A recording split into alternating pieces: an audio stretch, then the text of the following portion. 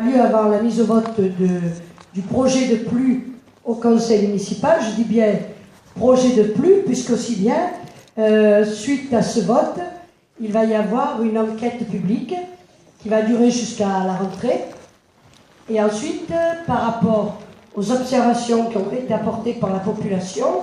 les services seront amenés à procéder à rectification s'il y a lieu ou à modification. Et ensuite, on passera au vote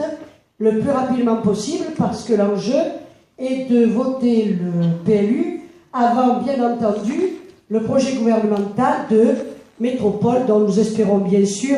qu'il sera modifié conformément aux engagements de Madame le ministre lors de la dernière réunion qu'elle a eue avec nous à la préfecture de Marseille il y a à peu près une dizaine de jours.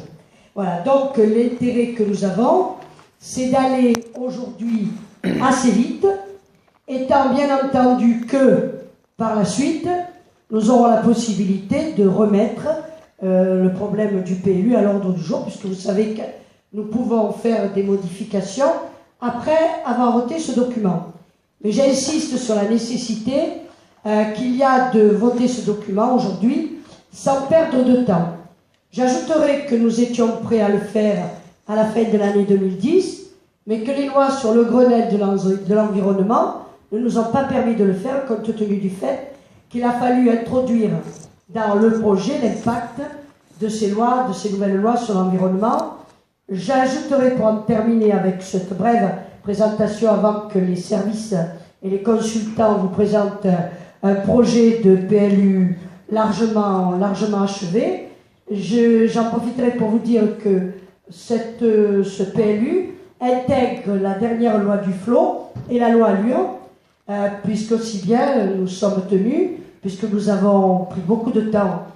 pour présenter ce PLU, nous sommes tenus, bien entendu, d'y faire figurer toutes les dernières lois qui ont été prises sur le territoire par le gouvernement. Alors, je veux simplement, avant que de passer la parole au service et à M. Galès qui a été chargé de mener ce projet pendant toutes les années où il a duré,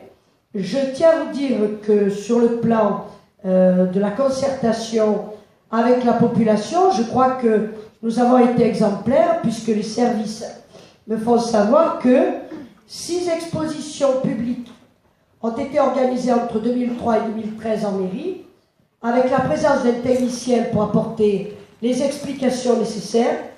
Ces expositions publiques ont présenté le diagnostic en matière de risques naturels majeurs en 2003. Puis une exposition publique a présenté les orientations fondamentales du PADD en 2011. Une nouvelle exposition publique a exposé l'ensemble de la démarche de PLU, du diagnostic, en passant par le PADD, les études permettant de définir les principes de traduction réglementaire en 2013, en intégrant l'ensemble des problématiques du Grenelle 2, c'est ce que je vous disais à l'instant.